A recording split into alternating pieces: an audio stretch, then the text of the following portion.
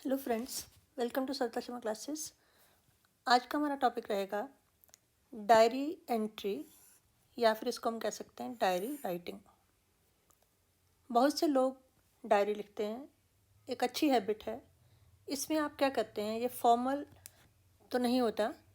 Basically ये एक personal form of writing है जिसमें आप डे के दौरान जो कुछ आपके साथ एक्सपीरियंसेस हुए उनके बारे में आप लिखते हैं, या कोई पर्टिकुलर एक्सपीरियंस हुआ जो बहुत इम्पोर्टेंट था जिसको आप किसी के साथ शेयर करना चाहते हैं, तो उसे भी आप डायरी में लिख लेते हैं ताकि फ्यूचर में भी आप उस एक्सपीरियंस को पढ़ें और उसको एंजॉय कर पाएँ। या फिर कई बार आपके साथ कोई दुखद घटना हो जाती है, उसको भी आप डायरी की फॉर्म में लिख लेते हैं। तो क्योंकि डायरी पूरे दिन के एक्सपीरियंसेस के बारे में होती है, कोई एक एक्सपीरियंस हुआ या ज़्यादा एक्सपीरियंस हुए, तो इसलिए आम तौर पर इसको इवनिंग टाइम में लिखा जाता है, सोने से पहले। और क्योंकि पर्सनल है, इसमें आप अपनी पर्सनल फीलिंग्स, इमोशंस उसको एक्सप्रेस करते हैं। लेकिन यहाँ पर हम क्योंकि अपने एग्जामिनेशन पॉइंट ऑफ व्यू से बात कर रहे हैं, तो हमारी राइटिंग थोड़ी सी फॉर्मल होगी। आई मीन आपके ग्रामर, आपके स्पेलिंग सब कुछ सही होने चाहिए, कोई एब्रीविएशन यूज़ ना हो, क्योंकि ये एग्जामिनेशन पॉइंट ऑफ व्यू से है। अदरवाइज़ जब आप अपने घर में अपनी पर्सनल डायरी लिखते हैं तो उसमें इतनी लिबर्टी ली जा सकती है। तो ये सबसे पहले देखते हैं कि फॉर्मेट क्या होगा आपके एग्ज़ाम के लिए। जब डायरी एंट्री या डायरी राइटिंग पर आपको क्वेश्चन का आंसर देना है, तो सबसे पहले लेफ़्ट साइड पर आप डे लिखेंगे, फिर डेट लिखेंगे, देन टाइम। उसके बाद एक लाइन हम छोड़ देंगे, फिर नेक्स्ट लाइन में आएगा डियर डायरी, और डियर डायरी के साथ आप कॉमा भी लगाएंगे। और यहाँ पर डायरी के पहले डियर क्यों लगा, क्योंकि डायरी को हम एक फ्रेंड की तरह मान के चलते हैं, तो फ्रेंड को हम लिखते हैं डियर रमेश, डियर राकेश वगैरह। तो यहाँ पर डायरी भी क्योंकि एक फ्रेंड का रूप ले रही है, तो इसलिए लिखा जाता है डियर डायरी। उसके बाद नेक्स्ट लाइन में हेडिंग लिख लेते हैं, जिस टॉपिक पे आप डायरी लिखने वाले हैं एग्जामिनेशन में। लेकिन ये ऑप्शनल है, आपकी इच्छा हो तो लिखें, नहीं भी लिख सकते हैं। और उसके बाद हमारा कंटेंट आता है या बॉडी ऑफ द डायरी आती है, उसमें जितने भी आपने लाइंस लेनी हैं। वर्ड लिमिट अगर तो एग्जामिनेशन में क्वेश्चन में दी गई है तो उसको फॉलो करें, अदरवाइज़ इसके थोड़ा कम या ज़्यादा होने से फ़र्क नहीं पड़ता है। टॉपिक पर डिपेंड करेगा कि आप उसके बारे में कितना लिखना चाहते हैं। और लास्ट में जब आपकी कंटेंट पूरी हो जाती है तो नीचे लेफ़्ट हैंड साइड पर आप अपना नाम लिखते हैं, और चाहें तो उसके साथ अपने सिग्नेचर भी कर सकते हैं। सिग्नेचर भी ऑप्शनल होते हैं। उसके बाद देखते हैं कि कुछ पॉइंट्स एग्ज़ाम में डायरी एंट्री लिखने के लिए जिनको आपको ध्यान में रखना चाहिए। सबसे पहले तो क्योंकि पर्सनल फॉर्म ऑफ राइटिंग है, तो इसमें यूज़ ऑफ फर्स्ट पर्सन यानी कि आई। आप अपने बारे में लिखेंगे कि आपने क्या क्या एक्सपीरियंस किया, तो फर्स्ट पर्सन का यूज़ होगा। उसके बाद आपने केवल हाइलाइट्स लिखनी है या मेन पॉइंट्स देने हैं, ये नहीं कि बिल्कुल माइन्यूट डिटेल दे दें, ठीक है। उसके बाद follow a sequential order, sequence, एक के बाद दूसरी घटना, दूसरी के बाद तीसरी। तो जो पहले हुआ उसे पहले लिखें, जो बाद में हुआ उसे बाद में लिखें। तो ये होता है टू फॉलो सीक्वेंशियल ऑर्डर। आमतौर पर एक्सपीरियंस हो चुका है तो हम ज़्यादातर हमारे सेंटेंसेस पास्ट टेंस में होंगे, चाहे वो पास्ट इंडेफिनिट है, चाहे वो पास्ट परफेक्ट है। कोई हार्ड एंड फास्ट नहीं है कि आप पास्ट ही लिखेंगे, लेकिन क्योंकि पास्ट एक्सपीरियंस की बात होगी, या तो वो सुबह हो चुका होगा या 2 दिन पहले की बात होगी, तो आप पास्ट टेंस ज़्यादा लिखते हैं। और फिर क्योंकि फॉर्मल राइटिंग है, formal mean examination point of view से है, तो आप स्पेलिंग मिस्टेक ना करें और ग्रामेटिकल मिस्टेक से भी बचें। और उसके बाद है कि अगर वर्ड लिमिट आपके एग्ज़ाम में दी गई है तब उसको फॉलो करें, अदरवाइज़ आप अपनी इच्छा से जितना चाहें लिख सकते हैं। बहुत लंबा भी नहीं होना चाहिए, क्योंकि जितना ज़्यादा लंबा होगा उतनी ही गलतियाँ होने के चांसेस ज़्यादा होंगे। तो ये देखते हैं आपके क्वेश्चन किस तरह से आते हैं। तो एक एग्जाम्पल है, yesterday you went for shopping, you bought some woollens but you found your purse missing at the time of making payment. You looked for it here and there and finally found it. Make an entry of this experience in your diary. तो यहाँ पर क्या है कि कल आप shopping के लिए गए थे, आपने कुछ वुलन्स खरीदे, लेकिन पेमेंट देने के टाइम आपको पता चला कि आपका पर्स खो गया। आपने उसे इधर उधर ढूंढा और बाद में आपको मिल भी गया। तो make an entry of this experience, इस एक्सपीरियंस के बारे में डायरी में लिखें। तो पहला पॉइंट, येस्टरडे दिया है तो हम भी येस्टरडे करेंगे, लिखेंगे आज, लेकिन येस्टरडे के एक्सपीरियंस के बारे में लिखेंगे। ज़रूरी नहीं कि आपने आज के एक्सपीरियंस के बारे में ही लिख सकते हैं, बैक वाले एक्सपीरियंस के बारे में भी लिखा जा सकता है। और दूसरा पॉइंट, आप देखें कि इसमें काफ़ी कुछ हिंट आपको यहीं से मिल रहे हैं या कुछ लाइंस आपको यहाँ से मिल रही हैं। जैसे yesterday you went for shopping, तो यू की जगह पर first person I, yesterday I went for shopping. You bought some woollens, I bought some woollens. But you found your purse missing, I found my purse missing at the time of making payment. You looked for it here and there, I looked for it here and there and finally found it. तो देखिए आपको 4-5 lines तो यहीं से आराम से मिल जा रही हैं, थोड़ी सी कॉमन सेंस यूज़ करते हुए कि यू की जगह पर आपने आई लगाना है। तो हो गया ना काम आसान। तो आइए स्टार्ट करते हैं। एग्जैक्टली ऐसी लाइन भी लिखी जा सकती है, थोड़ी अपनी वर्डिंग चेंज भी की जा सकती है, दैट डिपेंड्स ऑन यू। तो आइए स्टार्ट करते हैं। पहले फॉर्मेट को माइंड में रखते हुए सबसे पहले आएगी डे। डे और डेट आगे पीछे भी हो सकती है, ज़्यादा फर्क नहीं पड़ेगा। तो हम पहले डे लिख लेते हैं, मंडे, कोई भी डे आप लिख लें। उसके बाद डेट, डेट मार्च, मैं आज की डेट लिख रही हूँ, आज है 9/20/2022। तो यहाँ पर आपको फॉर्मेट डेट के बारे में पिछली वीडियोस में भी पता है कैसे लिखते हैं। पहले मंथ का नाम लिखते हैं, उसके बाद नंबर 9 और फिर कॉमा डालकर 2022। तो कॉमा क्यों लगाते हैं, क्योंकि इन 9 को आपको ईयर से सेपरेट करना है, डिफ्रेंशिएट करना है। अगर आप ये 09 पहले लिख दें मार्च से पहले, तब यहाँ पर कॉमा की ज़रूरत नहीं होगी। मंडे मार्च 9 2022 और आगे टाइम। तो जैसा मैंने आपको पहले बताया कि टाइम कोशिश करें इवनिंग का हो, क्योंकि डायरी एंट्री आप आमतौर पर इवनिंग में, रात में लिखते हैं। तो यहाँ पर टाइम हम दे देते हैं 8 PM। ये टाइम लिखने का स्टाइल है, 8 या 9 या 10 जो भी आपने लिखना है, फिर कोलन देन 00। 00 ने लिखना तो 8:30 भी लिखा जा सकता है, 8:45 भी लिखा जा सकता है, जो भी आप टाइम लिखना चाहें। और P के बाद फुल स्टॉप, M के बाद फुल स्टॉप। तो ये 3 पॉइंट आपने ध्यान में रखने हैं, डे, डेट और टाइम। उसके बाद मैंने आपको ये बताया था कि हम एक लाइन खाली छोड़ देते हैं और नेक्स्ट में लिखते हैं सैल्यूटेशन। सैल्यूटेशन क्या है, डियर डायरी। उसके बाद कॉमा लगाना है और डायरी का डी भी आपका कैपिटल होना चाहिए। ये पॉइंट्स आप अपने दिमाग में रखेंगे।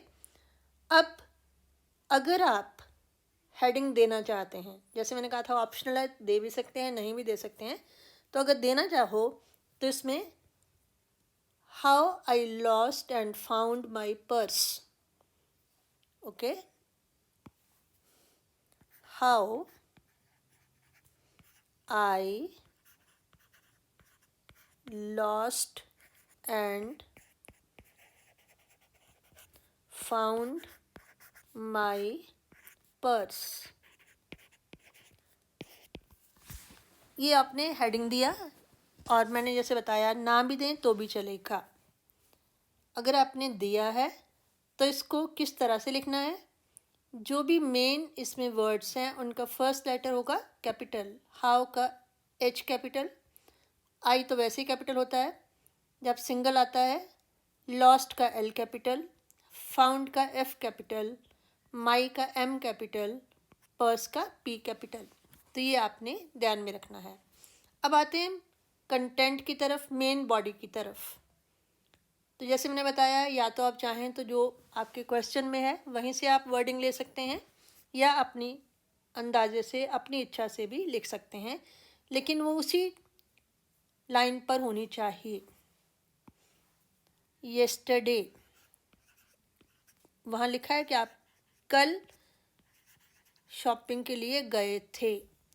येस्टरडे आई हैड गॉन, मैंने बना दिया पास्ट परफेक्ट, मैं गई थी, मैं गया था। अगर सिंपल पास्ट लिखेंगे तो उसमें वर्ब की सेकंड फॉर्म आती है आई वेंट, मैं गया, मैं गई। Yesterday I had gone for shopping. अब थोड़ा इसको या ज़्यादा जेन्युइन बनाने के लिए आप कहाँ गए थे वो भी लिख सकते हैं। Yesterday I had gone for shopping at city mall, कोई भी नाम लिख सकते हैं। For yesterday I had gone for shopping at city mall, sentence complete, बहुत लंबा भी नहीं लिखना है। शॉर्ट सेंटेंसेस होंगे तो आपके स्पेलिंग मिस्टेक्स कम होंगी, ग्रामेटिकल मिस्टेक्स कम होंगी। उसके बाद वहाँ लिखा है कि आपने कुछ वुलन्स खरीदे। अब हम मार्च मंथ की बात कर रहे हैं, तो मार्च के बाद आम तौर पर वुलन नहीं खरीदे जाते हैं, गर्मियाँ आने वाली होती हैं, लेकिन हम कोई रीज़न दे सकते हैं। एज द विंटर क्लोजिंग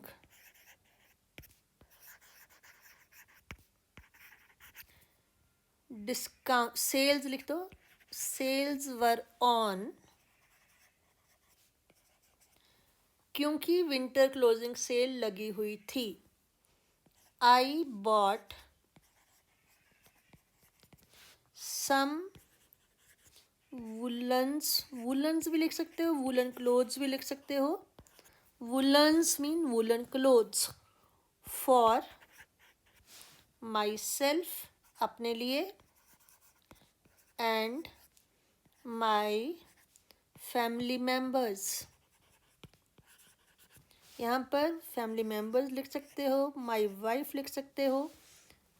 मैंने कुछ वुलन्स खरीदे अपने लिए और अपने फैमिली मेम्बर्स के लिए। Sentence complete. Then I went to the counter for making payment, payment देने के लिए मैं काउंटर पर पहुंचा या गया। बट टू माई शॉक, मुझे शॉक लगा, I found my purse missing. उसके बाद आपके क्वेश्चन में लिखा है कि जब आपका पर्स मिस हो गया तो आपने इधर उधर उसे ढूंढा। I looked here and there, यही वर्डिंग वहाँ लिखी हुई है। I looked here and there in search of my purse, उसे ढूंढने के लिए, in search of my purse.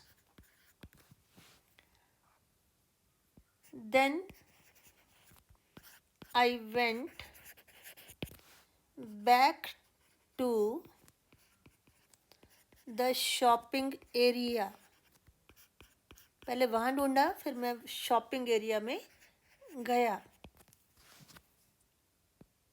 I was surprised to find my purse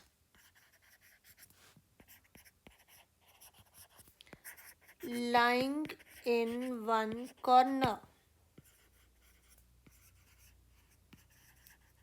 अगर आप यहाँ पर सेंटेंस इतना लंबा ना लिखना चाहें तो सरप्राइज टू फाइंड रहने दें।